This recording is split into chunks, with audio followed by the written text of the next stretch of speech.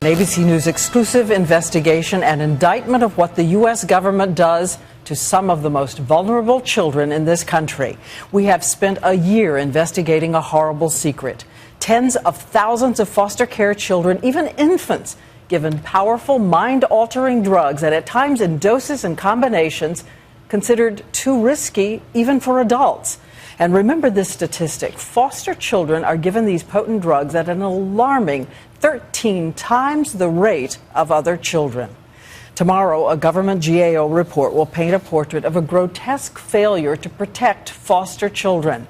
But over the past years, so many of them have come forward to us to tell us about their lives, young kids living sometimes as sleepwalkers, sometimes reeling out of control.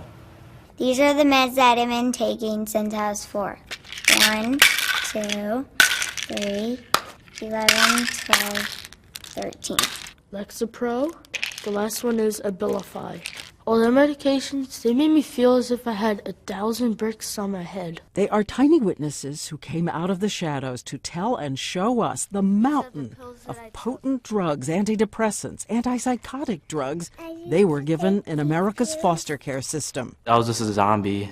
And keep in mind, these are vulnerable children who've already been dealt a hand from hell, so many of them born into homes filled with neglect and abuse and bounced from foster home to foster home. I were in 28 homes. I felt sad because no one would keep me or love me. Consider the case of 7-year-old Brooke, taken from a drug-addicted mother, just 43 pounds, but given 5 mind-altering drugs at the same time, a combination that is deemed too risky even for adults. Brooke, you need to get down. Come here, Brooke. And foster parents who want to help soon learn that if they don't give medications, the child can be taken away. We were told to put our faith in the system, and that's what we did. No one said the medications could be causing the problem. They kept saying she needs more medications. But in Brooke's case, one doctor, a psychiatrist, recognized the problem. And Brooke went from this, being weaned off the strongest medications, to this. No adult should be receiving the drugs that different variety, but certainly not at these ages. Delaware Senator Tom Carper is holding a congressional hearing tomorrow demanding changes in the foster care system in this country.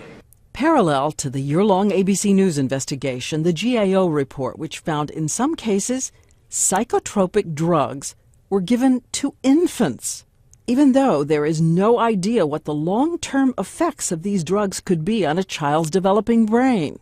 And the report found in 5 states alone, out of 100,000 foster kids, 26,000 were on some form of psychotropic drugs. How is it happening? When you don't have the time, the quick rush to judgment is the answer is a pill. Michael Perino, prominent child advocate, says these children are issuing a cry for help. When we read that foster kids are medicated up to 13 times more than other kids, is it because they are a more troubled population? They are troubled, yeah.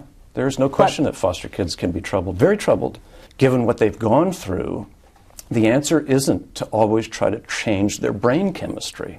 Medications that can keep a child from his life. Look at 11-year-old Chianti, prescribed 12 medications over the course of 4 years for conditions doctors now say he didn't have. I'm not ADHD, I'm just naughty. I am not bipolar at all. This is footage of Chianti trying to come off these medications. And this is Chianti today. He's in honors classes at school, and he got one prescription that heals beyond imagining. Chianti has been adopted. Now you're part of the family. Which takes us back to Brooke. Remember her? She too has a permanent hug, a mom, a dad, a home. Yeah, you hug all the anger out, right? She just hugs and hugs and hugs and gets all the anger out. So who is responsible? And by the way, your taxpayer dollars are paying for this. Medicaid pays for these drugs.